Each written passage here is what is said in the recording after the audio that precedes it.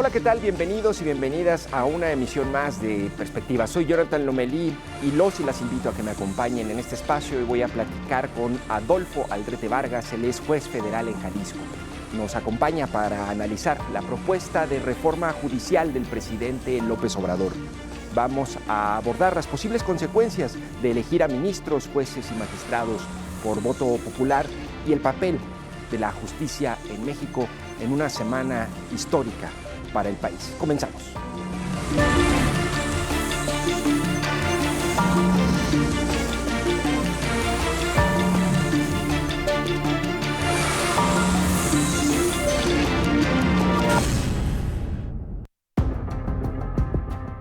Hoy en Perspectivas recibimos al juez Adolfo Aldrete Vargas, juez de distrito en el Centro de Justicia Penal Federal en Jalisco, con sede en Puente Grande.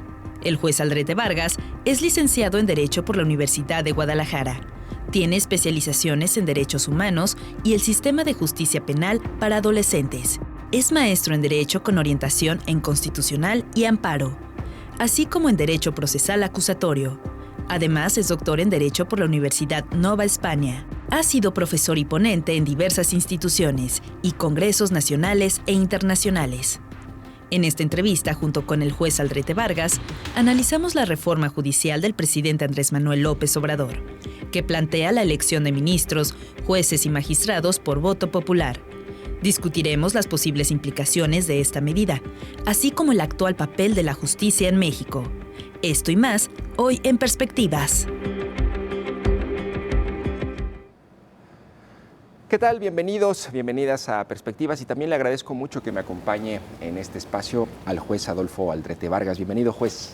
Gracias, Jonathan, a tus órdenes y gracias por la oportunidad de venir a platicar los impactos y las perspectivas que tenemos los jueces en lo que se está tratando de enfrentar lo que es la reforma judicial constitucional al Poder Judicial de la Federación. Pues, juez, me gustaría, y mi propuesta que le hago es revisar tanto su postura como escuchar de su voz las respuestas a las críticas y a las observaciones y a las razones, que a veces podrían parecer hasta sin razones, que da el oficialismo para impulsar esta reforma histórica que, a ver, seamos sinceros, juez, en este momento creo que ni usted, ni yo, ni nadie puede detener eso. ¿Está usted de acuerdo? Sí, no, y de hecho ha sido una manifestación que han hecho los diputados y ahora esperemos ver los senadores. Los diputados simplemente lo pasaron sin ninguna coma y estamos en espera del Senado. El día de hoy pasa la reforma al área del Senado y todo pende de un solo voto. Claro. Entonces esperemos convencer a los diputados de la oposición que no brinquen como los del PRD para que se sostenga y no pase la reforma. Pues bueno, juez, me llama la atención que no suelen hablar los jueces o los magistrados, es decir, no están en medios. ¿No? Y usted es una excepción y lo he visto muy activo. ¿Ya antes tenía esta experiencia en medios o es su salida, digamos, al escenario? Mira, los jueces tenemos una formación de, por el contrario, no salir a los medios porque los jueces hablamos por nuestras resoluciones.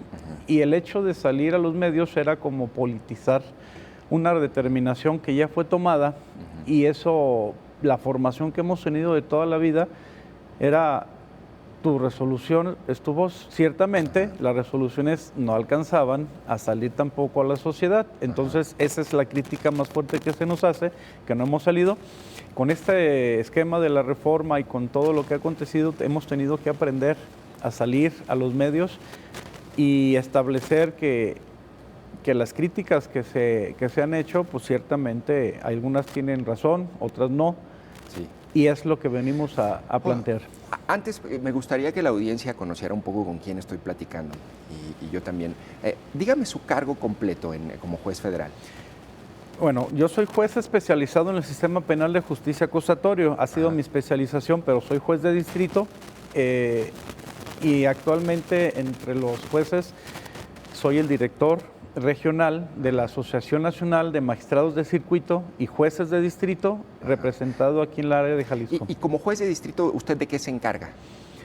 Yo soy un juez de primera instancia de asuntos federales, todos los delitos de impacto nacional, armas, drogas, instituciones federales, Comisión Nacional Bancaria, carreteras, caminos, todas las leyes especiales y todo lo que tenga que ver con la federación, nosotros resolvemos la primera instancia en asuntos penales. Es decir, usted, no me diga casos o ejemplos concretos, pero usted ha tenido en sus manos casos relacionados con narcotráfico, con eventos trascendentales. Por ejemplo, me tocó resolver y dictar sentencia a las personas que se les atribuía el secuestro y desaparición de los muchachos estos, de los estudiantes, que fueron los tres estudiantes y cineastas. Yo llevé el juicio, claro. Duramos un mes con ese juicio.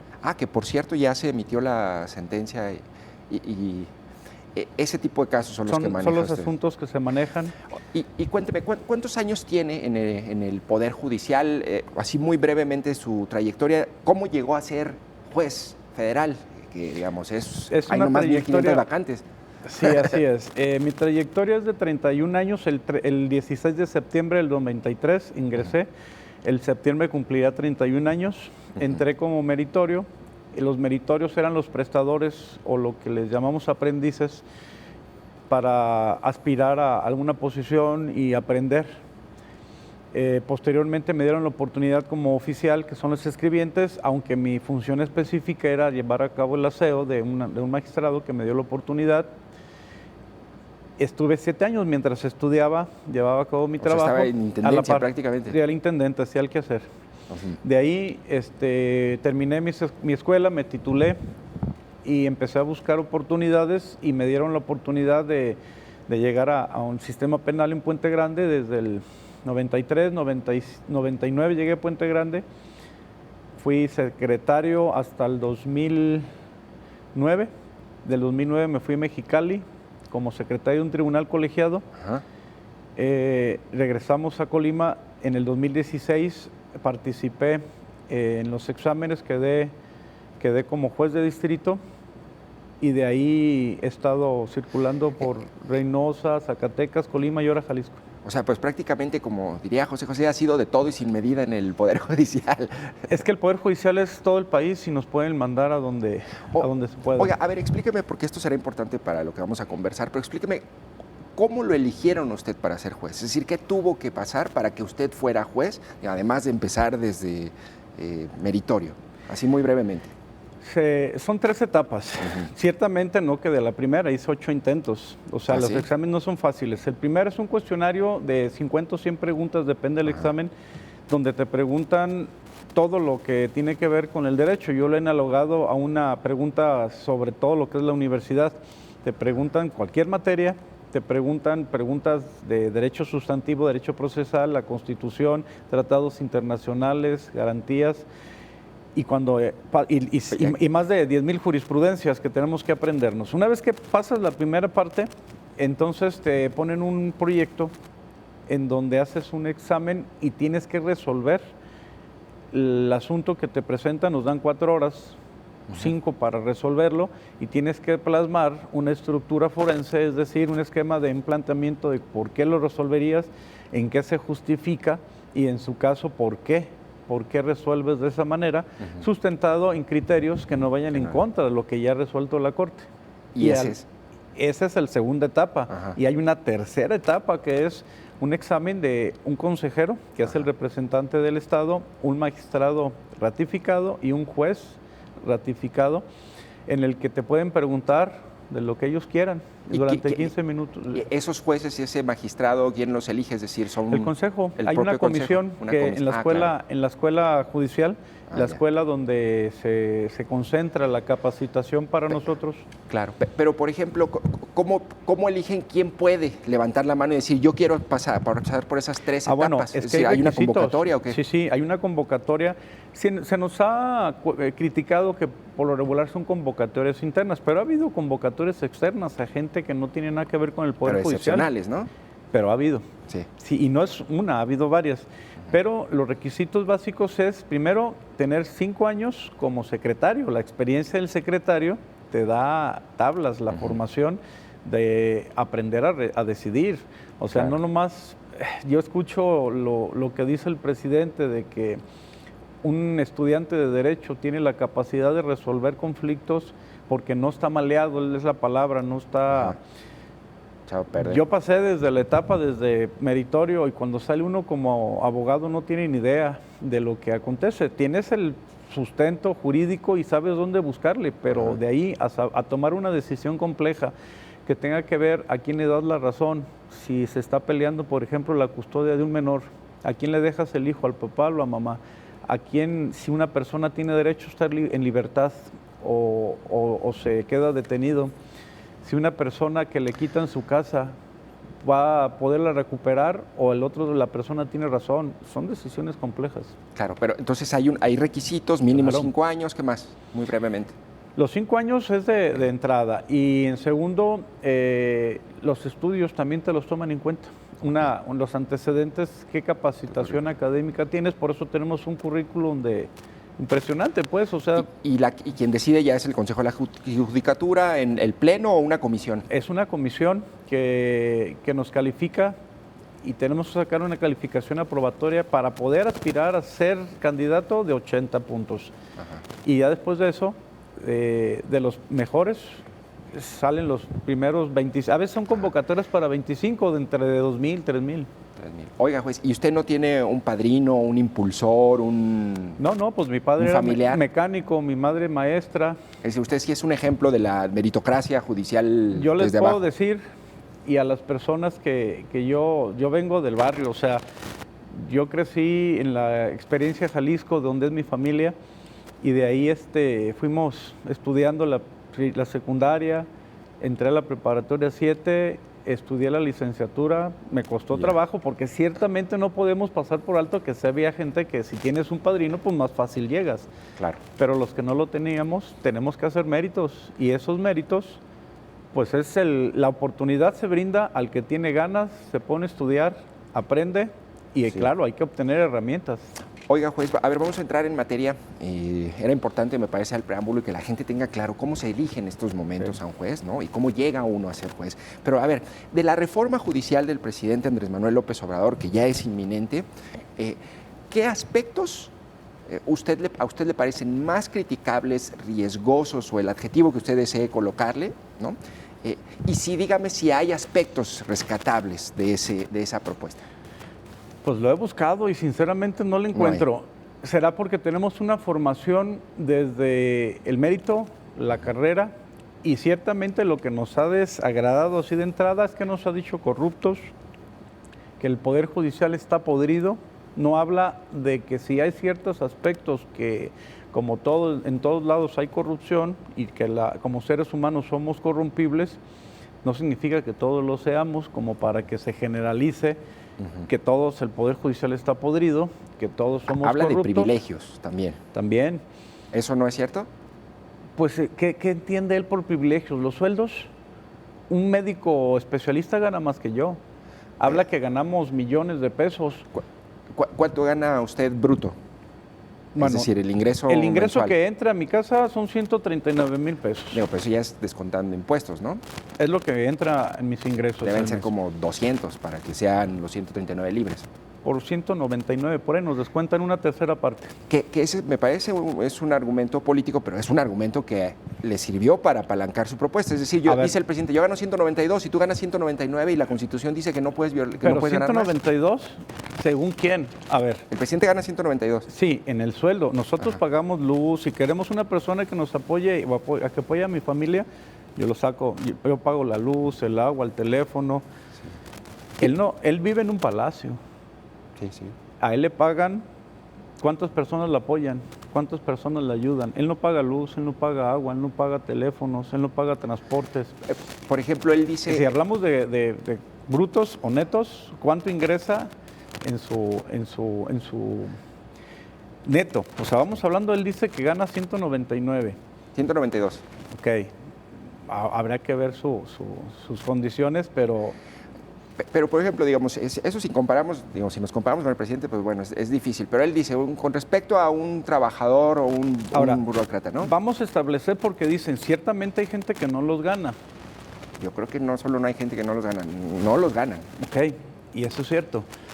Pero, a ver, vamos a establecer el contexto.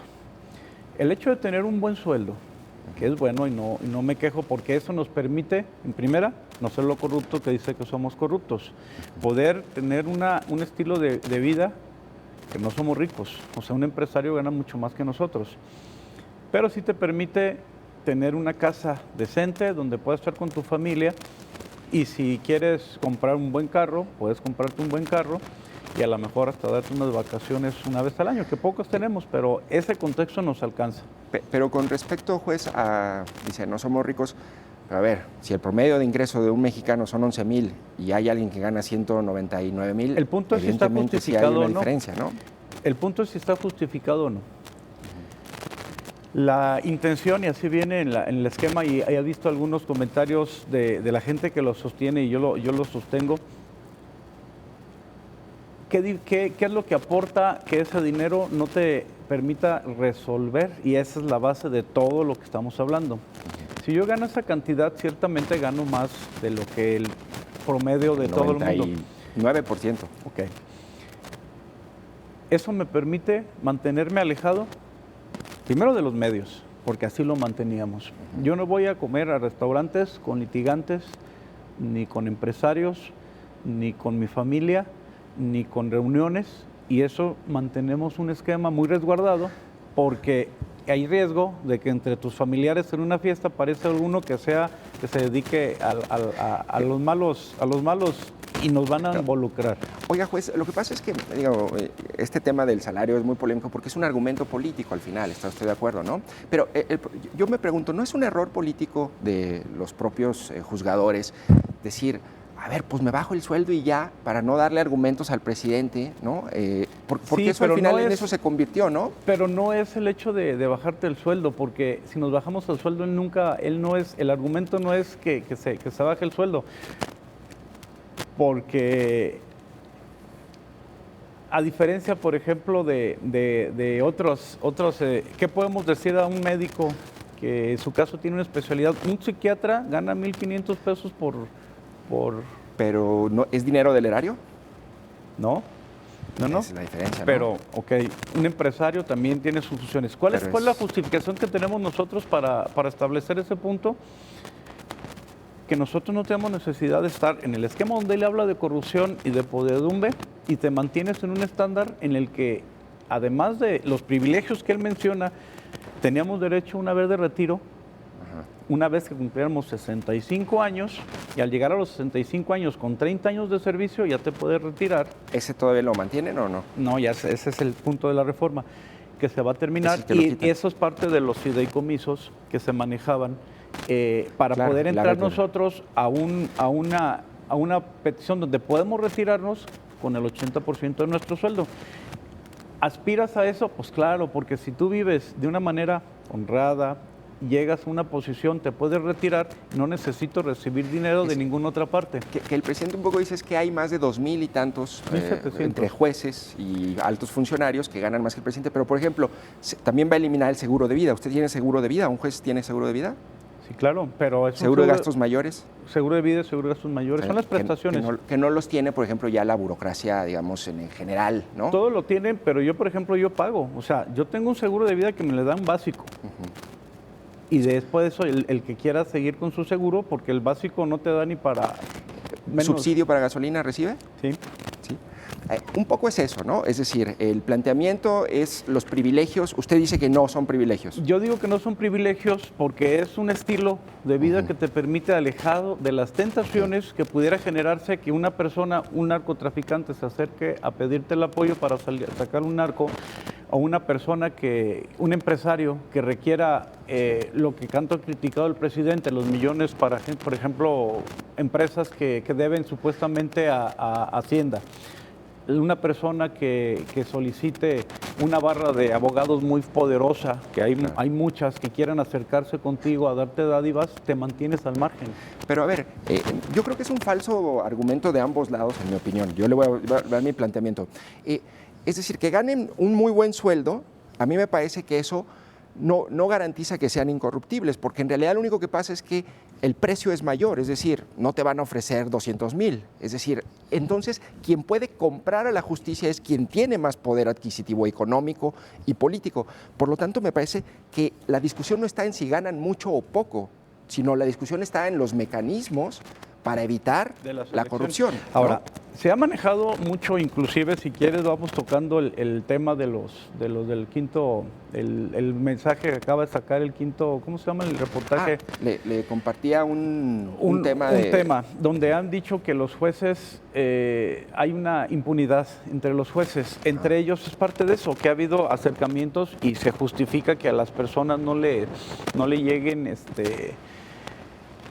y que sí los han corrompido miembros del narco, que hay gente que Isidro no ha Avelar, blindado. ¿no? Que Isidro, trabajaba para el cártel. A mí, yo te puedo decir que cuando yo era secretario en el juzgado, a mí me tocó hacer el proyecto para que un juez dictara una orden de aprehensión en contra de él, porque se maneja que entre los jueces nos protegemos, que los amiguismos, y que puede ser que sí haya, no es algo que se esconda. Sin embargo, el principio que rige, de los principios que rigen el sistema de justicia, ¿qué es? Pues hay que tener templanza, objetividad, profesionalismo, y si el profesionalismo es, pues es mi compañero, sí, pero no voy a tolerar a un corrupto, porque precisamente viene a sostenerse lo que se sostiene aquí, todos somos corruptos. Discúlpeme, pero para que la audiencia ubique, el Consejo de la Judicatura Federal es el órgano que se encarga de supervisar a los jueces, de digamos, sancionar en todo caso. Y lo que yo le compartía era este reportaje que salió ayer de Quinto Elemento Lab. Una periodista investiga todo el trabajo de la Judicatura durante 24 años, ¿no? Y concluye que se impusieron solo 666 sanciones por faltas administrativas a 423 jueces y magistrados, pero además que de estos solo 22 fueron destituidos jueces y 8 magistrados, y que el resto recibió solamente amonestaciones públicas, es decir, un universo muy grande, ¿no? En donde solamente les dijeron, pues bueno, ya no te portes mal, ¿no? Entonces, un poco la conclusión de ella decía, no funciona el sistema de supervisión y de vigilancia y de control, ¿no? De las malas prácticas o la corrupción dentro del Poder Judicial. Hay un problema y en 24 años esas cifras o te hablan o de que tenemos jueces impolutos o tenemos un problema con el sistema de vigilancia. ¿Cuál de las dos cree que sea correcta? Ninguno ni otro. Estuve revisando también yo, o sea, el hecho de que una persona sea denunciada implica que es culpable. Esa es la falacia que el presidente ha mencionado. Los jueces sueltan criminales. A ver, espérame, los jueces no soltamos criminales.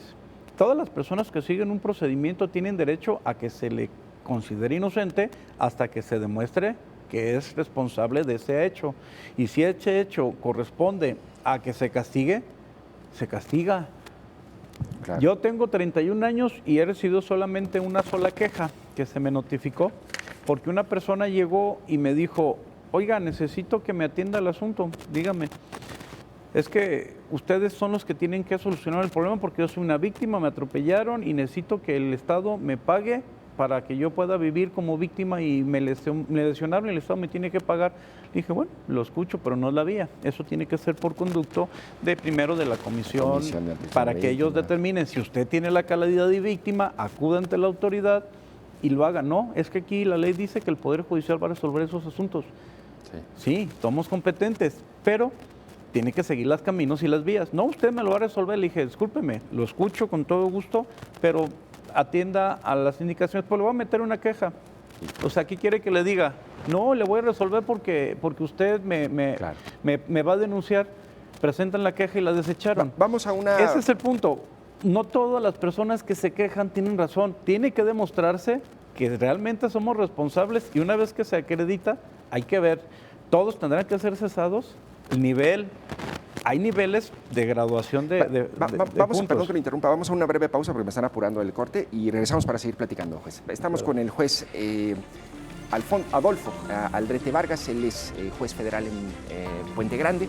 Vamos a una breve pausa y regresamos para seguir platicando con él.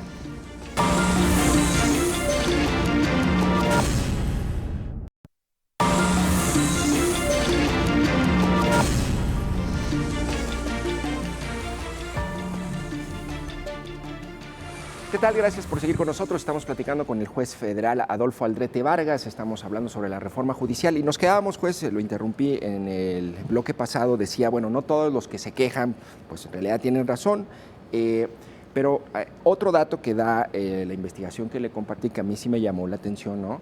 Es en 24 años el Consejo de la Judicatura interpuso 23 denuncias contra jueces y juzgadores, denuncias penales por delitos graves como lavado de dinero, enriquecimiento ilícito, hostigamiento sexual, delitos fiscales, y ninguno de los juicios prosperó, es decir, ningún juez fue sentenciado, ¿no?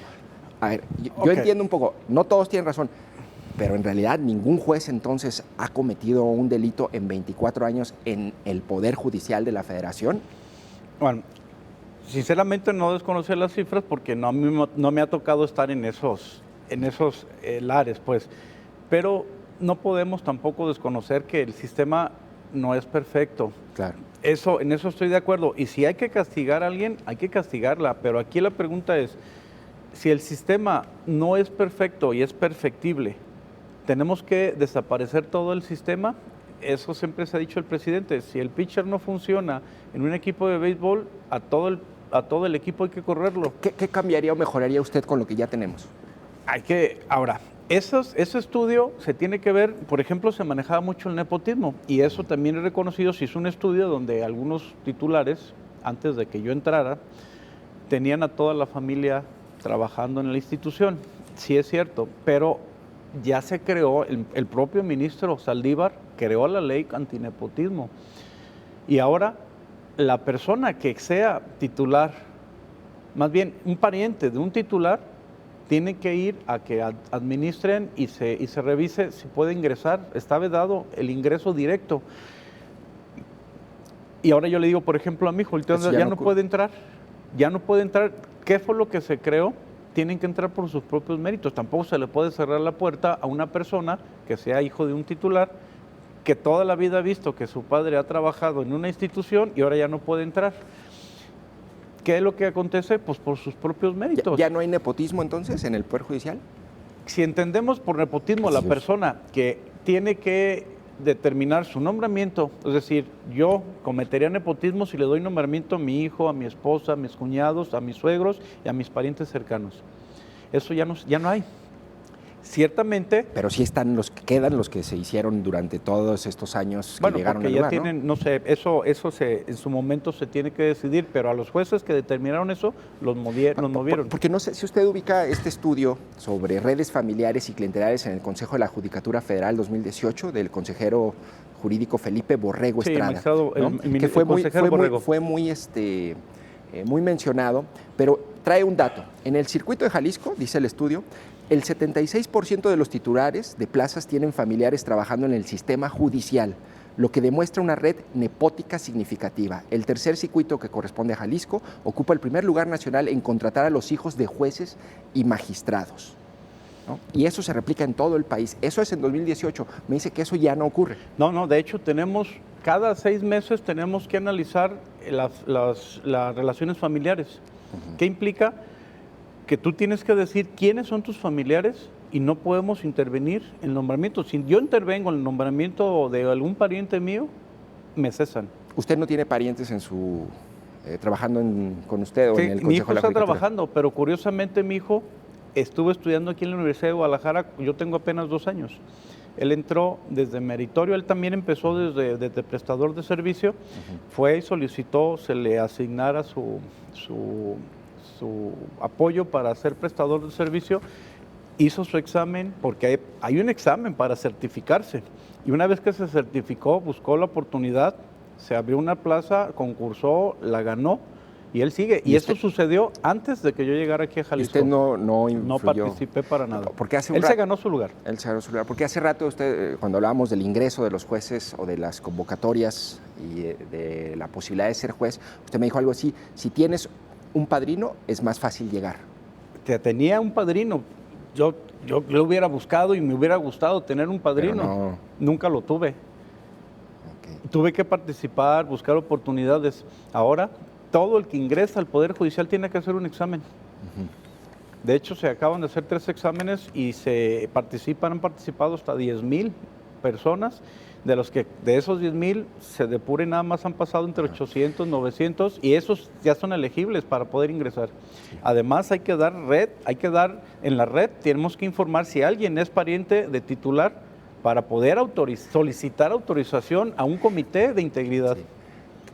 Ahora, juez, hay otro señalamiento que también, digamos, esto es un poco más subjetivo, pero que tiene que ver con una crítica al Poder Judicial respecto a su lejanía, ¿no?, de la ciudadanía. Es decir, y un poco la construcción es que, bueno, no solamente tienen pues altos salarios, privilegios como los plantea el oficialismo, ¿no?, en esos términos, sino que además la justicia ni es pronta, ni es expedita, o ¿cómo va la frase? Justicia pronta y expedita, y tampoco es inteligible, juez. Es decir, es una especie de laberinto burocrático lleno de terminajos, de tecnicismos, que requiere, bueno, que eso ha alejado a la ciudadanía, digamos, y eso es lo que también está provocando que no haya una defensa del Poder Judicial por parte de los ciudadanos en promedio. ¿Usted qué opina sobre esa observación y esa crítica, donde hay una justicia completamente alejada del ciudadano común? Mira, yo te puedo decir que yo trabajo en un sistema de justicia de corte acusatorio, que implica que las audiencias yo los hago verbales, en audiencia pública. Ciertamente la gente no va porque hay que ir hasta Puente Grande, y pues de ir a practicar mejor no vamos. Pero ciertamente no vamos con el pueblo diciéndole: oiga, acabo de dictar una sentencia donde condené a unas personas por 75 años, o acabo de dictar una libertad a una persona que yo considero inocente. Porque la formación de nosotros no es ir a decir lo que hacemos. O sea, ese es el punto que siempre nos criticó. Nos han obligado a defender la situación. Bueno, venimos, platicamos lo que es y tratamos de externarlos al público, y estamos tratando de llegar a todos los gremios. Estoy tratando de llegar a lo mejor a la secundaria, a las prepas, universidades, para que entiendan lo que hacemos. Y últimamente hemos estado empezando a publicar cómo hemos resuelto, porque no, claro. O sea, para mí justicia no nomás es condenar a los culpables, claro. Hay que dejar en libertad a los inocentes. Ese es el concepto de justicia. Estamos ya empezando a hacerlo. Eso ha faltado mucho, ¿no cree? Sí, y ya lo empezamos a hacer. Pero, por ejemplo, las audiencias que yo tengo son públicas. Que no quieran ir las personas. Pero si lo pide el imputado o las partes, puede ser también privada, ¿no? Es decir, hay reglas. Cuando, por ejemplo, un asunto donde lo hice parcialmente privada, era sobre asuntos sobre una pornografía infantil. Entonces, para cubrir la identidad de las víctimas, que además había fotografías explícitas y expuestas, entonces sí pedí al público que saliera para poder proyectar imágenes y guardar la identidad, la secrecía de la... Ahí sí lo podemos hacer, pero no es porque no quiera uno establecer oiga, la pues, información. Otro señalamiento es, dice el presidente, bueno, el presidente dice muchas cosas, ¿verdad? Pero bueno, una de las cosas que dice es: liberan a los delincuentes. Eso que usted... Y siempre le digo a las personas que les decreto la libertad y los sabadazos. A ver, ¿eso qué? Es que sueltan a las personas en viernes para que sábado y domingo no salgan.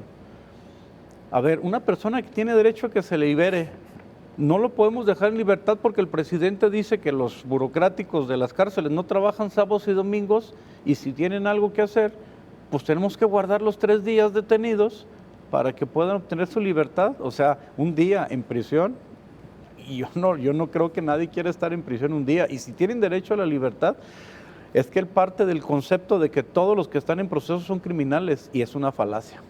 Y discúlpenme, pero, o sea, yo le pregunto a la persona: ¿usted es un criminal? No, pues claro que no. Pues no. ¿A quién le va a gustar que le digan que es un criminal?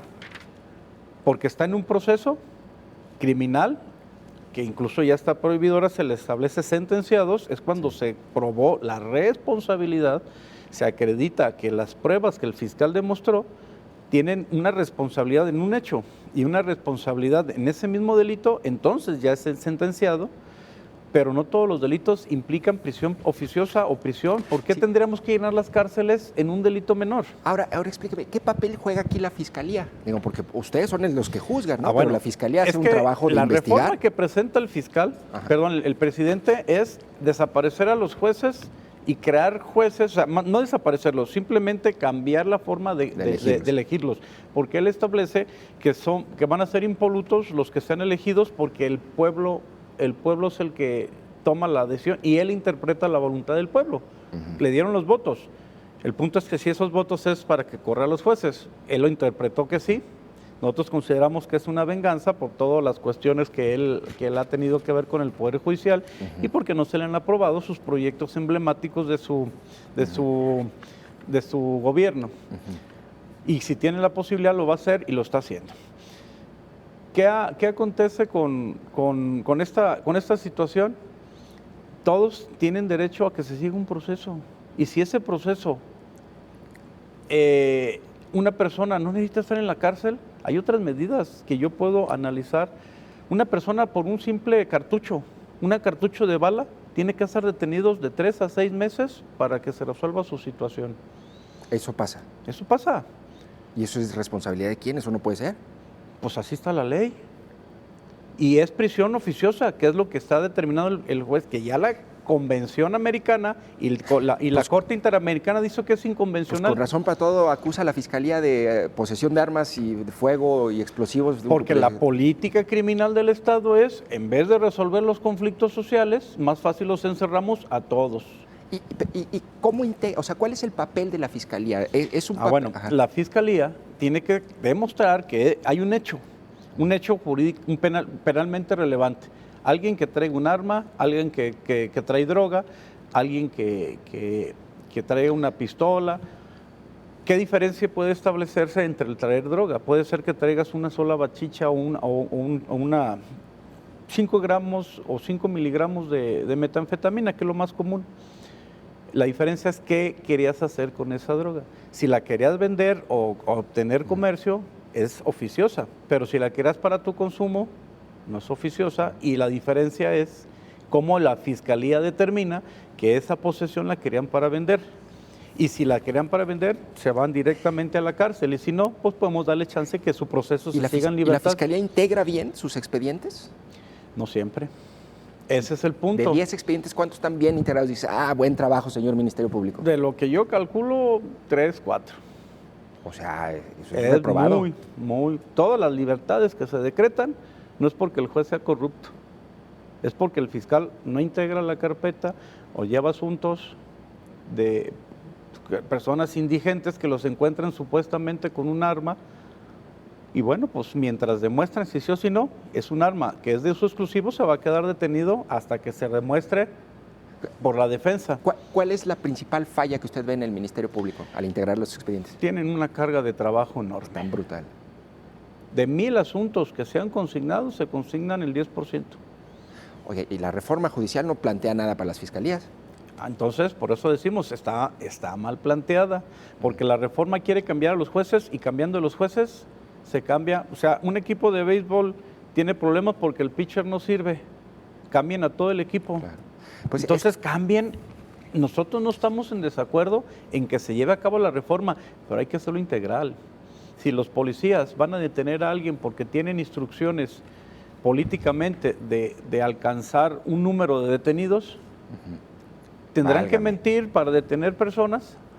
¿O están resolviendo honestamente los policías si van y lo detienen? Y es la mayoría de las libertades que yo he decretado en el término constitucional es porque les demuestran que los policías mintieron al emitir su informe policial. Eso se lo llevan al fiscal, él tiene la obligación de creerles a sus policías. Pero cuando le demuestran que no es así, ¿qué hace el fiscal? No tiene nada. Si todo está, desde el principio está viciado, está mal. Ahora, todo el que esté detenido es un delincuente, entonces ¿para qué estamos los jueces? Más fácil, conseguimos jueces políticos Claro. Jueces votados que van a servir a las personas que los pusieron ahí y entonces van a resolver conforme los intereses oficialistas del partido. Eso es lo que estamos nosotros peleando y eso es lo que nosotros estamos en contra de que no porque se resuelvan los privilegios, que bueno, está debatible si son privilegios o no, sí, según la percepción de las personas.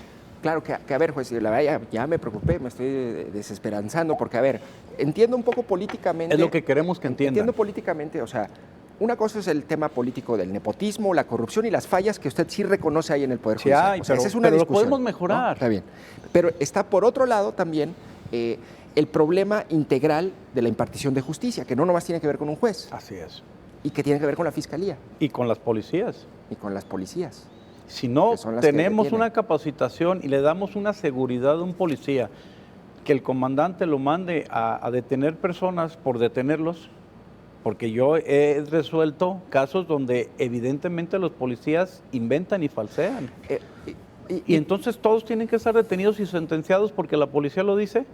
Sí. Entonces, ¿para qué estamos los jueces? Esa es la labor del juez. Oiga, juez. Independiente. Ahora, el planteamiento del oficialismo, porque además será, pues ya es inminente, ellos dicen esto: ¿cómo me puedes tú decir que si yo, al abrir una convocatoria, que es como ocurre en este caso para elegir en este momento en el modelo actual a los jueces, al registrar a la gente que le interesa, al hacerles exámenes y al establecer una comisión para que los metamos en una boleta y después alguien los vote, ¿cómo me puedes decir que eso compromete la independencia de los elegidos, ¿no? Cuando está un proceso de convocatoria abierta, de selección por exámenes y de elección popular?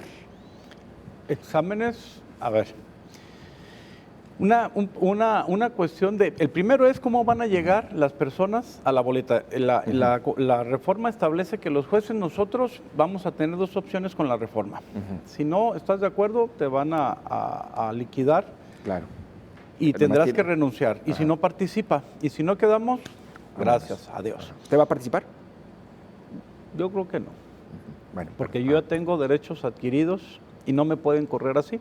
Si ellos dicen que sí, bueno, pues que me indemnicen conforme a ser una cantidad de laudos, pero bueno. Aquí en México no se va a poder porque no va a haber una seguridad de quién nos va a resolver. Si ya ningún juez es imparcial, no significa que todos, tampoco vamos a generalizar, pero ¿por qué consideramos que los jueces no van a ser imparciales? Eso es lo que me está diciendo. A ver, porque primero vamos a entrar a un sorteo.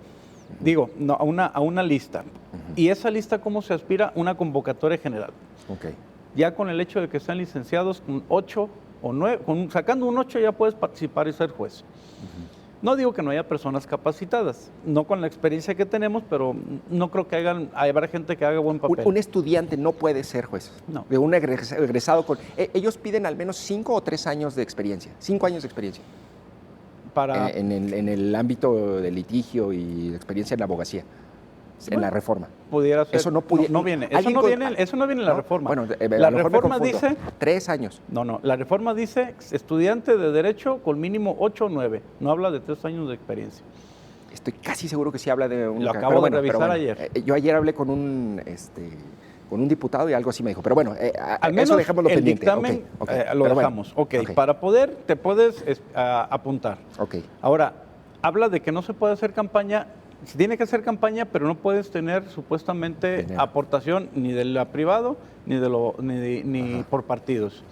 ¿Y qué acontece? ¿Quién entonces vamos a hacer campaña en dónde? En medios. ¿Cuántos van a salir en la lista? Vamos a establecer la votación. Somos 1,700 jueces a nivel nacional federal, más los de los estados, que van a ser los otros 5,000, 6,000, no tengo idea, a nivel nacional. Y por región y por circuito vamos a elegir a 4,000 personas que tendrán que establecer. De esas 4,000, ¿tú crees que va a haber ciertamente una decisión de ir a elegir de entre estas personas quién es el mejor perfil? A ver, porque eso de la boleta está tremendo. Son 1,500 jueces. 1,763. Jueces. ¿Magistrados? Y magistrados, entre todos. Magistrados. Más los jueces del Foro Común, que multiplica, Esos si son el nosotros en estado, materia sí. federal, en el estado... Aquí hay 480 jueces al local. Entonces, cada juez tendrá que competir al menos con 3 o 4. Y entre las boletas que se presentan, para poder llegar primero a que te aspiren a apuntarte en la boleta, ¿tú crees que de ver a los mejores lugares van a llegar cuando el que decide quién pone en la lista es el partido? Claro. El punto es cómo vas a llegar a que te anoten en la lista. ¿Ya te anotaron? ¿Qué favores necesito? Que en teoría es una comisión tanto de presidencia como de la Suprema Corte como del Senado Sí, o de la eso es Cámara. en teoría, pero para que te apunten en un partido, ¿qué tienes que hacer para que me apunten? Digamos, legalmente el partido no decide. Legalmente, extralegalmente quién sabe, pues, pero... Pues nosotros no lo creemos, sinceramente, como han venido manejando. Y después de eso, la decisión de que lleguen los mejores también lo ponemos en ¿Cuántos duda. jueces federales y magistrados hay en Jalisco en este circuito? Somos 105 en Ciudad Judicial, más 15 en Puente Grande, 120. 120. Es decir, si elegimos a 120 jueces en una Tendremos que elección competir en menos por entre 3, 4. O sea, tendríamos que hablar entonces de 350. 350. 400 por ahí. 400 candidatos, ¿no? Y si hablamos de que hay 480 jueces en lo local, ¿no? 900, casi 1000 jueces en una elección. O sea, 1000 jueces en una boleta, ¿eso cómo lo van a hacer? Por eso te digo, ¿tú crees de veras que dices? En eso tiene mucha razón, logísticamente es una No se locura puede. eso. Y entonces, ¿a quiénes van a elegir? ¿A los que están en la boleta y la gente va a ir a votar? Eso es imposible, o sea, es un movimiento político. Y dicen que la gente está legitimado para venir a hacerlo, no lo van a hacer. Ni siquiera, el caso más específico es Bolivia, no van a votar. Si no salen a votar en las Creo elecciones que Bolivia por el tuvo presidente. un porcentaje de votación del 20%, algo así, ¿no? No, hombre, del 5% no Sí, fueron a ¿verdad? votar. Mucho menos, ¿verdad? ¿Cómo lo van a hacer entonces? Pues por favores es muy políticos, esa es la realidad. Van a llegar... Usted tiene esa lectura. Sí, claro. Sí. Van a llegar las gentes que ponga el partido y ¿a quién van a obedecer? ¿Al partido? ¿O a que te financie? El riesgo es que llegue. ¿Yo y a quién obedecen? ¿A la ¿Yo? Constitución? Yo resuelvo sin que nadie me diga lo que tenga que resolver. ¿No hay malos juzgadores en estos momentos? Sí hay, como todo. Pero esas posibilidades de que se resuelva, hay un medio de impugnación, que lo revisen 3 magistrados arriba, y después de los magistrados sigue la vía de amparo. Claro. Jueces de distrito de amparo, y después de eso otra revisión que son los tribunales colegiados. Que por cierto, ya también una parte de la reforma que yo ya he visto que ya no la están discutiendo es los amparos ya no se van a poder conceder para efectos generales. La suspensión ¿No? se terminó. ¿No? De la ley, todo lo que afecte al oficialismo se quitó. Sí. ¿Eso cómo se explica? Es decir, ¿qué implicación tiene Mira, el suspender el amparo para efectos generales? En términos, ahora sí que para Juan de a pie o Juan Pueblo. Lo que pasa es, por ejemplo, si hay en efectos generales era, por ejemplo, un grupo ecologista. Ajá. El río contaminado el río que tenemos es el río, ¿cómo se llama aquí? El río, al menos ya el río Tuxpan allá en Oaxaca ya aconteció. Una juez consideró que había contaminación, un grupo de ecologistas llegaron y dijeron, ese río está contaminado, se promueve una acción y las autoridades tienen la obligación de limpiarlo y efectos generales es una sola resolución hacia todos. Para todos. Para todos beneficia. Ahora ya no va a ser posible eso. No, ya no, porque resulta que cuando se establece el interés público, no puede proceder que el interés público según la interpretación de quién. Claro. Del presidente. Oiga, juez... Ya no se puede suspender nada en contra del presidente. Lamento que se me haya acabado el tiempo, pero quiero agradecerle que me haya acompañado y sobre todo quiero agradecer y que no tome personal mis cuestionamientos, porque me parece que la discusión pública debe escuchar los argumentos de un lado y otro y me parece muy valioso que un juez de boca propia, de voz propia, venga a exponer sus puntos de vista, ¿no? Y es una interlocución que me parece necesaria, aunque pues ya la reforma va a ser un hecho. Le agradezco muchísimo que me haya acompañado en este espacio, juez. No, y te agradezco porque todos necesitan conocerlo, que lo que nosotros venimos a decir es que los jueces que se van a elegir por votación perdieron la independencia. Y si se pierde la independencia, se perdió el Estado de Derecho en México y Dios nos ampare. No va a haber quien le pare a la policía, a un diputado, a algún senador que quiera tu casa y dice, esa casa me gusta para hacer un hotel, no va a haber quien lo detenga ni quien lo pare. Bueno, está un poco apocalíptico eso, juez. Espero que no lleguemos, pero yo sí lo visualizo, sinceramente. Bueno, pues le agradezco mucho que me haya acompañado en este espacio. Platicamos con el juez federal Adolfo Aldrete Vargas, un juez federal en Jalisco. El tema es la reforma judicial. Todo indica que la próxima semana el Senado la estará aprobando y elegiremos a los jueces, magistrados y ministros por voto popular. Hay temas que no hay que pasar por alto que discutimos en esta mesa. La logística de la elección va a ser muy complicada. No hay una claridad sobre los perfiles que podrían llegar. Sin embargo, también en un ejercicio de autocrítica, el actual Poder Judicial tiene muchos aspectos mejorables en cuanto a corrupción, en cuanto a nepotismo y en cuanto a una impartición de justicia más cercana a la ciudadanía. Todo un debate nacional en una semana histórica. Gracias por haberme acompañado.